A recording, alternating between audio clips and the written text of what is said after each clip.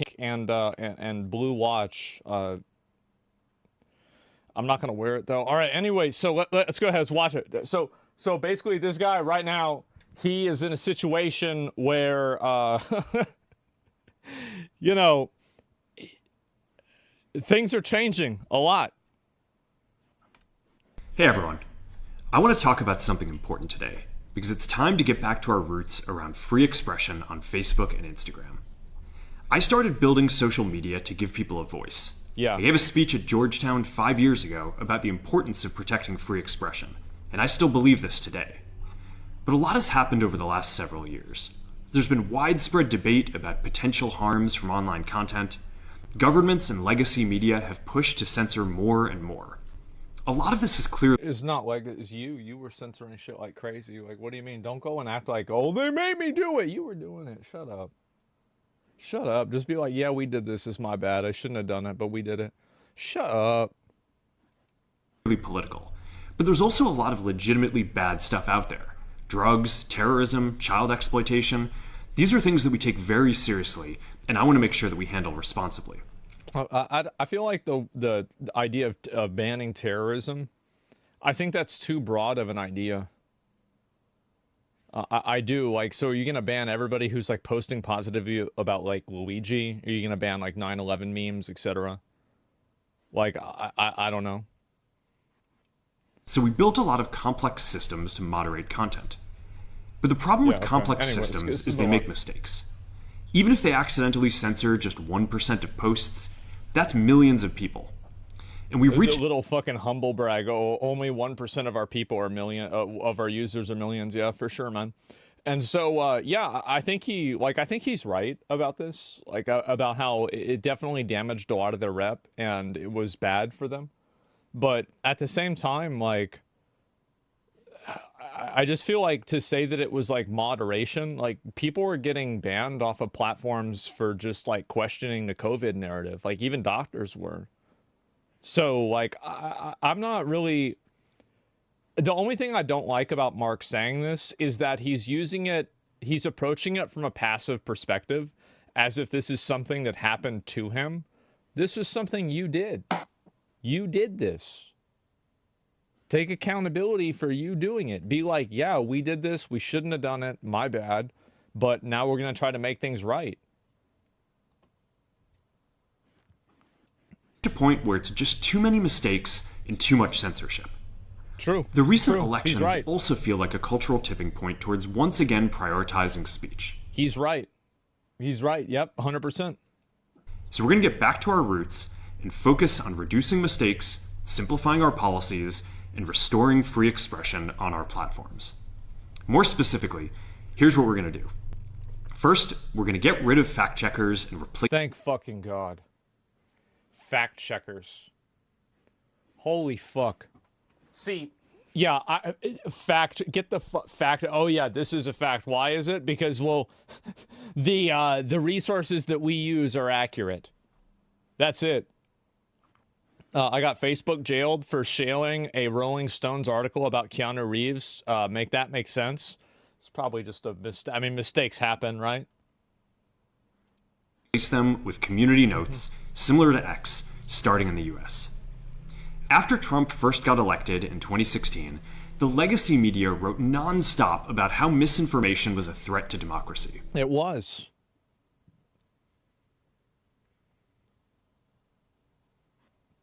They were the ones spreading a lot of the misinformation. Yeah, they're right. That's true. Great point. We tried in good faith to address those concerns without becoming the arbiters of truth. Lies. You tried to become the arbiter of truth. Undoubtedly. Look. Every YouTube apology video, you don't have a ukulele, you're not sitting behind your bed, you're not crying, you didn't start the video out like with, this is the hardest video I've ever had to make.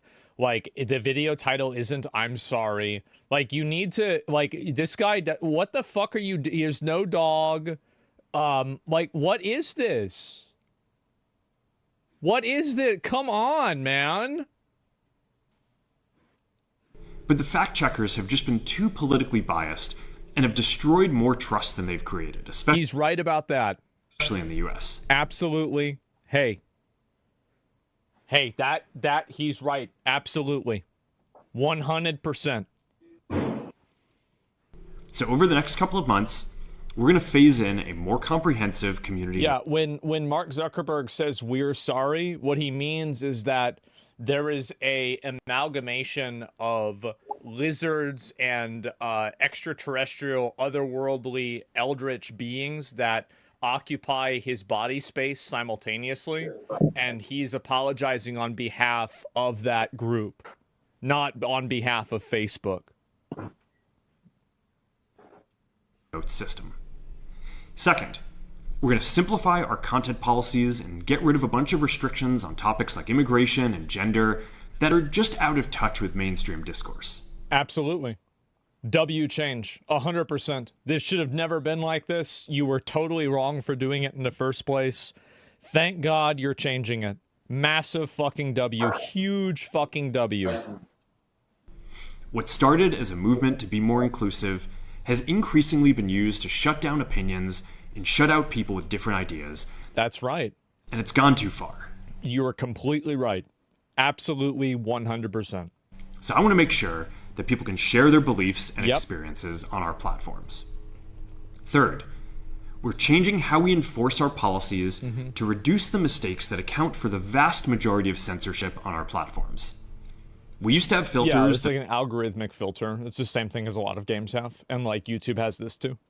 That scanned for any policy violation. Yeah.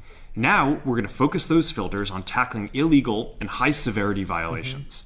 And for lower severity violations... Well, this is smart, right? I mean, like every single time that somebody gets banned for saying COVID is fake, this is a point of time where moderation time has been, like, unless the amount of child sexual abuse material on the website is 0, every ban that's done for a person saying that COVID is fake or gender is binary is actively taking resources away from reducing, like, legitimate, like, let's say death threats or child sexual abuse or something like that.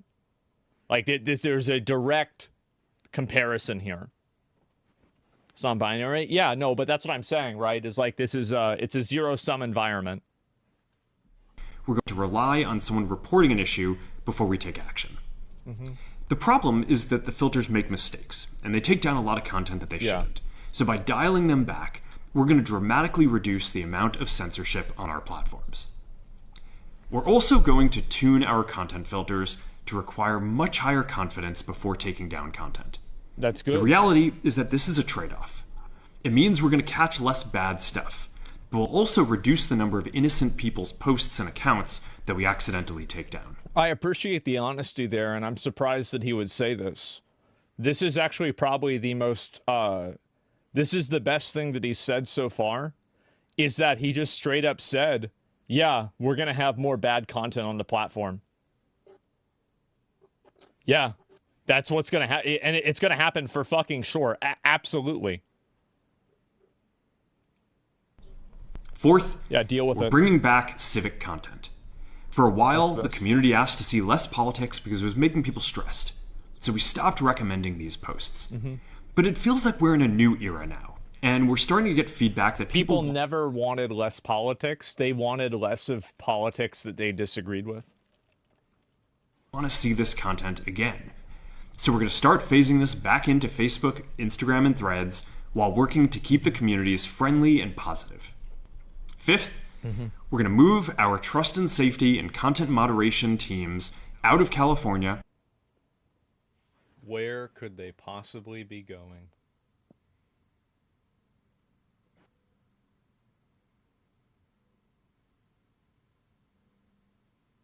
No way they're going to Texas. And our US-based content review is going to be based in Texas. Oh my God. Oh my God.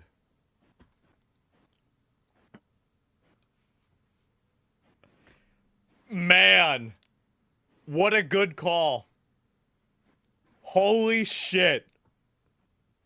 Texas the GOAT? I guess so, man.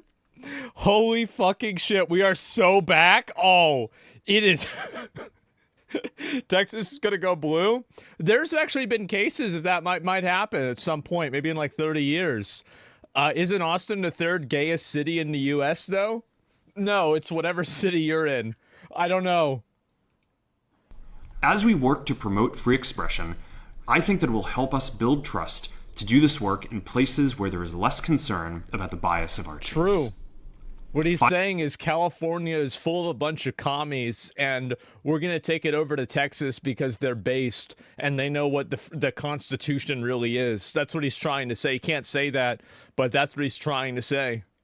Finally, we're going to work with President Trump to push back on governments around the world. And you want to know the real reason why he's probably doing this?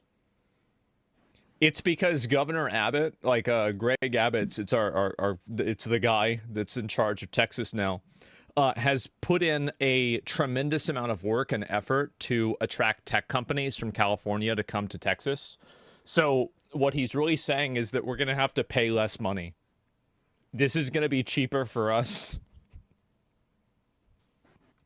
They're going after American companies and pushing to censor more. There's a lot of reasons the why U.S. it's has happening. the strongest constitutional protections for free expression in the world. Europe has an ever-increasing number of laws institutionalizing censorship and making it difficult to build anything innovative there. Yeah. Latin American countries Let have me listen to that again. for free expression in the world. Europe has an ever-increasing number of laws institutionalizing censorship and making it difficult to build anything innovative there. That's right. That's right. Yep. That's right. Y'all need to wake the fuck up over there. Yep. That's right. Y'all, well, how y'all let this happen? How you guys let this happen? They're running rules around you. They're telling you can't talk about people going to jail for tweets. What are y'all doing? How y'all let that happen over there? Y'all crazy? Look, quit being pussies. They putting us in jail? Maybe is there any oil in Europe? Maybe that could get us, that could give the government a reason to liberate Europe. Is there oil in Europe or not? Send us guns. Maybe that's what we should do. In Norway? Okay, well, there we go. We start there. Yep, there. That's smart. So this guy just put all of Europe on notice. I like it. Latin American countries have secret courts that can order companies to quietly take things down. This is what happened with Twitter, I believe. It was either Twitter or some other website recently with, I think it was Brazil, because there's some guy, maybe Argentina, I forgot which one. There's some asshole guy with a big mustache. I think his name's Maduro. People don't like him. Yeah. China has censored our apps from even working in the country. Maybe I got confused. The only way that we can push back on this global trend is with the support of the U.S. government. And that's why it's been so difficult over the past... I actually completely support Mark with this. I totally support him. And I think the United States government does have to put in, like, the fact is that I view, like, if we're not creating the narrative, somebody else is. It's not like you can not create a narrative at all. So I would rather the United States, because this is the country that I live in, and it's what I think it's the best country in the world. That's just the way it is. And I'd rather us be creating the narrative. And I don't want to have these countries. And this is another big thing. I'm actually going to make a video about this. I was going to record this yesterday, but I'm a piece of shit. So I didn't. But I'm going to talk about how, so you know how Marvel Rivals has a lot of censorship in the text filters and everything? I think that we're entering into a period where we're going to have a lot of soft censorship and a lot of soft suppression of speech that's created by using international products that are pushed towards an Americanized audience. And I'm really afraid that people are going to accept it and effectively accept totalitarian speech regulation. I'm really afraid of that. Nobody cares? No, see, like, you don't care until it matters. Like, it's something that doesn't matter at all until it means everything. Last 4 years, when even the US government has pushed for censorship. By going after us and other American companies, it has emboldened other governments to go even further. But now we have the opportunity to restore free expression, and I am excited to take it. It'll take time to get this right, and these are complex systems. They're never going to be perfect. There's also a lot of illegal stuff that we still need to work very hard to remove. But the bottom line is that after years of having our content moderation work focus primarily on removing content, it is time to focus on reducing mistakes, simplifying our systems, and getting back to our roots about giving people voice. I'm looking forward to this next chapter. Stay good out there, and more to come soon. So Alex Jones asked the prescient question,